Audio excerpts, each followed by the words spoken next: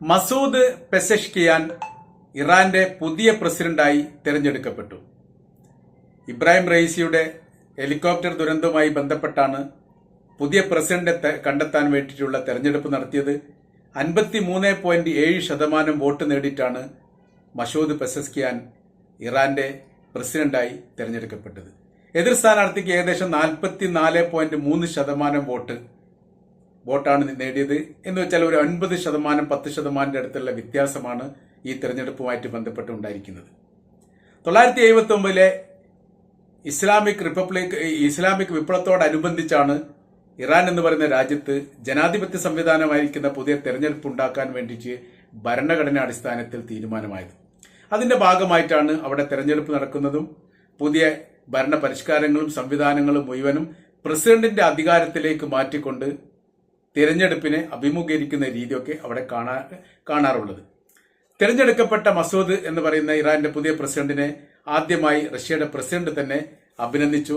European രാജ്യങ്ങളുമായി ഇനി എങ്ങനെയായിരിക്കും ഇദ്ദേഹം ബന്ധപ്പെടുക എന്നുള്ളതാണ് ആകാംക്ഷയോടുകൂടി ലോകം ഉറ്റുനോക്കുന്നത്.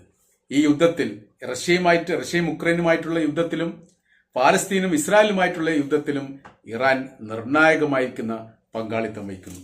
ഈ വിഷയവുമായിട്ട് ബന്ധപ്പെട്ട കാര്യമാണ് ഇന്നത്തെ വീഡിയോയിൽ നമ്മൾ ചർച്ച ചെയ്യുന്നത്. ഈ വിഷയത്തോടനുബന്ധിച്ച് ഒരു ബിസിനസ് സംബന്ധമായിരിക്കുന്ന കാര്യം കൂടി പറയുകയാണ്. വ്യത്യസ്തമായിരിക്കുന്ന പ്രവാസി വ്യക്തികളെയൊക്കെ കേന്ദ്രീകരിച്ചുകൊണ്ടാണ് വയനാട് റിസോർട്ട് എന്ന് പറയുന്ന ഒരു സംവിധാനം വയനാട്ടിലെ വൈത്തിരി ഭാഗത്ത്, മേപ്പാടി ഭാഗത്ത് 2 ഭാഗങ്ങളിലുമായിട്ട് ഉണ്ടാക്കാൻ വേണ്ടിയിട്ട് തീരുമാനിച്ചത്. അതിന് 2ാം ഘട്ടമാണ്. ആദ്യ ഘട്ടം കഴിഞ്ഞു, 2ാമത്തെ ഘട്ടമാണ് ഇപ്പോൾ ആരംഭിച്ചിരിക്കുന്നത്. സാമ്പത്തികപരമായിരിക്കുന്ന മെച്ചമുണ്ടാക്കാനുള്ള വലിയൊരു സാധ്യതയാണ് ഇപ്പോൾ റിസോർട്ട് സംവിധാനം പ്രത്യേകിച്ച് വയനാട്ടിലൊക്കെ ഉള്ളത്. പല ഭാഗങ്ങളിലും ഇതിന്റെ കാര്യങ്ങളൊക്കെ ഉണ്ട് എന്നുള്ള കാര്യങ്ങളൊക്കെ അറിയാൻ പറ്റും.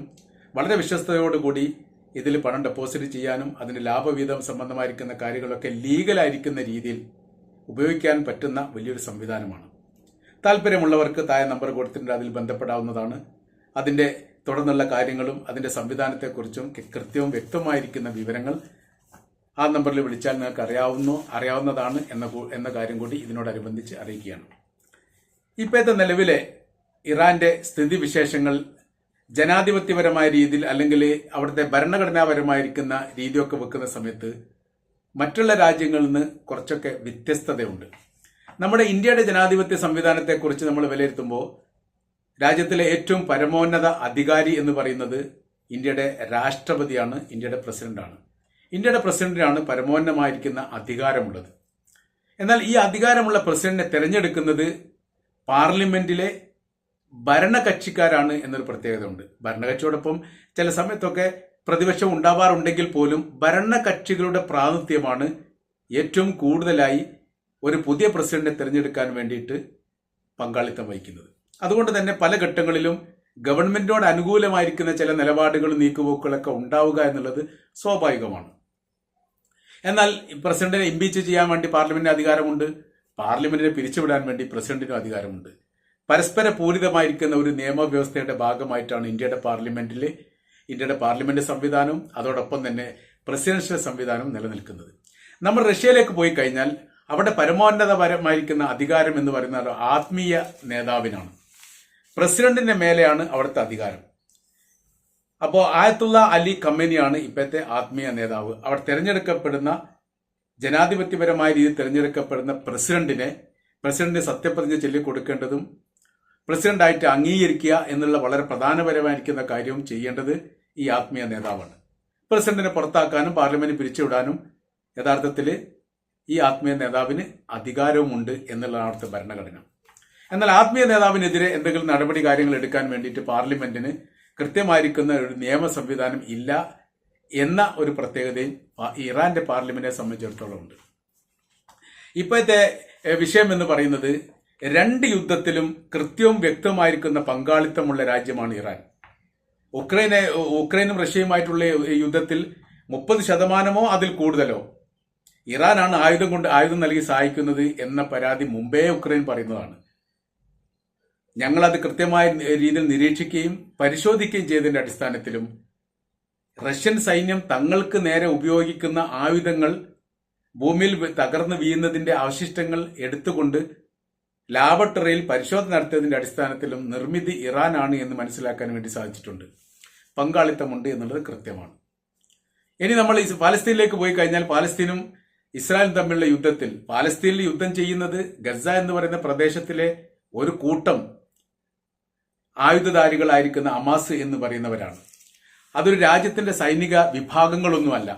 അപ്പൊ ആ വിഭാഗത്തിന് വലിയ പ്രചോദനവും വലിയ സഹായങ്ങളും നൽകുന്നതും അവർക്ക് പിന്തുണ നൽകുന്ന വ്യത്യസ്തമായിരിക്കുന്ന മലീഷ്യ ഗ്രൂപ്പുകളെ ഏകോപിപ്പിക്കുന്നതും ഇറാനാണ് എന്നതിനാൽ റഷ്യയും പാലസ്തീനും തമ്മിലുള്ള യുദ്ധത്തിൽ ഇറാന്റെ നിലപാട് വളരെ നിർണായകമാണ്. അപ്പൊ ഈ രണ്ട് യുദ്ധത്തിലും ഇറാന് ഏതോ തരത്തിൽ പങ്കാളിത്തമുണ്ട് എന്നുള്ളത് ഏറെക്കുറെ ഉറപ്പാണ്. അപ്പൊ അതുകൊണ്ട് തന്നെ അവരുടെ പുതിയൊരു സർക്കാർ വരുന്ന സമയത്തും ഭരണമാറ്റങ്ങൾ ഉണ്ടാകുന്ന സമയത്തും ലോകം അത് ശ്രദ്ധയോടുകൂടി നിരീക്ഷിക്കുക എന്നുള്ളത് സ്വാഭാവികമാണ്. നിലവിൽ തെരഞ്ഞെടുക്കപ്പെട്ട മസൂദ് പെൻസക്കിയാനെ സംബന്ധിച്ചിടത്തോളം അദ്ദേഹം അങ്ങനെ തീവ്രമുറ്റിയ ഒരു ചിന്താധാരയുള്ള വ്യക്തിയല്ല എങ്കിൽ പോലും ഇറാന്റെ നയ നിലപാടുകൾക്ക് എല്ലാ കാലത്തും പൂർണ്ണ രീതിയിലുള്ള പിന്തുണ നൽകുന്ന വ്യക്തിയാണ്. ഇറാന് നേരെ പല ഘട്ടങ്ങളിൽ യൂറോപ്യൻ രാജ്യങ്ങളും പ്രത്യേകിച്ച് അമേരിക്കയും പല രീതിയിലുള്ള ഉപരോധങ്ങളും സാമ്പത്തികപരമായ രീതിയിലുള്ള പല തടസ്സങ്ങളും പല ഘട്ടങ്ങളിൽ ഉണ്ടാക്കുകയും രാജ്യത്തെ മുന്നോട്ട് നയിക്കുന്നതിൽ വല്ലാത്ത രീതിയിൽ പ്രയാസപ്പെടുന്ന ഒരു സാഹചര്യം പല ഘട്ടങ്ങളിൽ ഇറാൻ ഉണ്ടാവുകയും ചെയ്തിട്ടുണ്ട്. ഇറാന്റെ പ്രസിഡന്റ് ആയിരിക്കുന്ന ഇബ്രാഹിം റൈസ് മരണപ്പെട്ടതുമായിട്ട് ബന്ധപ്പെട്ട് വല്ലാത്ത രീതിയിലുള്ള അന്വേഷണ കാര്യങ്ങളൊക്കെ നടത്തിയതും ഈ യുദ്ധത്തോടനുബന്ധിച്ചുള്ള ഒരു അപകട മരണം അത് എത്രത്തോളം മറ്റ് രാജ്യങ്ങളുടെ ശത്രു രാജ്യങ്ങൾക്ക് പങ്കാളിത്തമുണ്ട് എന്ന് അന്വേഷിക്കാൻ വേണ്ടിയിട്ടാണ് റഷ്യയും തുർക്കിയും ഒക്കെ വലിയ രീതിയിലുള്ള അന്വേഷണം നടത്തിയിട്ടും യഥാർത്ഥത്തിൽ അത് ഏതെങ്കിലും രാജ്യങ്ങൾക്ക് പങ്കാളിത്തമുള്ളതായിട്ട് കാണാൻ വേണ്ടി സാധിച്ചിട്ടില്ല. അതിൽ ആദ്യം പരിശോധിച്ചത് തന്നെ ഇസ്രായേലിന്റെ മൊസാദിന് എന്തെങ്കിലും പങ്കാളിത്തമുണ്ടോ എന്നുള്ളതാണ്. രാഷ്ട്രീയ നിരീക്ഷകർ ഈ കാര്യങ്ങളൊക്കെ വിലയിരുത്തിയിട്ട് പറയുന്ന കാര്യം യുദ്ധത്തിന്റെ മുനമ്പിലാണ്, വല്ലാത്ത രീതിയിൽ പ്രയാസപ്പെടുന്ന ഒരു സാഹചര്യത്തിലാണ് ഇപ്പോൾ ഇസ്രായേൽ ഉള്ളത്.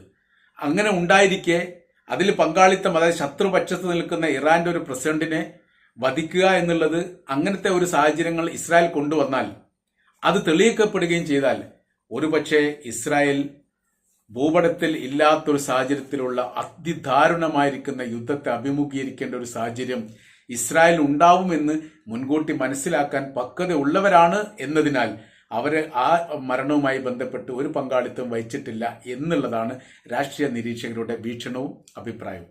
ഇനി അമേരിക്കക്ക് പങ്കാളിത്തം ഉണ്ടെങ്കിൽ, തീർച്ചയായിട്ടും അമേരിക്കക്ക് പങ്കാളിത്തം ഉണ്ടെങ്കിൽ അതിൽ ഏതെങ്കിലും ഒരു ഭാഗത്ത് ഇസ്രായേലിന് പങ്കാളിത്തം ഉണ്ടാവും എന്ന് ഉറപ്പാണ്. അമേരിക്കയും ഇത്തരം പ്രവൃത്തിയിൽ പങ്കാളിത്തം വഹിച്ചിട്ടുണ്ട് എന്ന് തെളിയപ്പെട്ടാൽ ഇതിന് സമാനമായിരിക്കുന്ന സ്ഥിതിവിശേഷം അമേരിക്കയുടെ സൈനിക കേന്ദ്രങ്ങളും അവരുടെ സൈനിക സംവിധാനവും പ്രവർത്തിക്കുന്ന അറബ് രാജ്യങ്ങളിലെ വ്യത്യസ്ത മേഖലയെ സാരമായിട്ട് അത് ബാധിക്കും. അവരെ ആക്രമിക്കില്ല, അവർ സുരക്ഷിതരാണ് എന്നൊരിക്കലും ഉറപ്പുവരുത്താൻ പറ്റില്ല. ജോർദാനിൽ പ്രവർത്തിക്കുന്ന അമേരിക്കൻ സൈനിക കേന്ദ്രത്തിന് നേരെ ഹിസ്ബുള്ള ഗ്രൂപ്പ് ആക്രമണം നടത്തി 3 അമേരിക്കൻ സൈനികർ കൊല്ലപ്പെട്ടത് ഏതാനും മാസങ്ങൾക്ക് മുമ്പാണ്.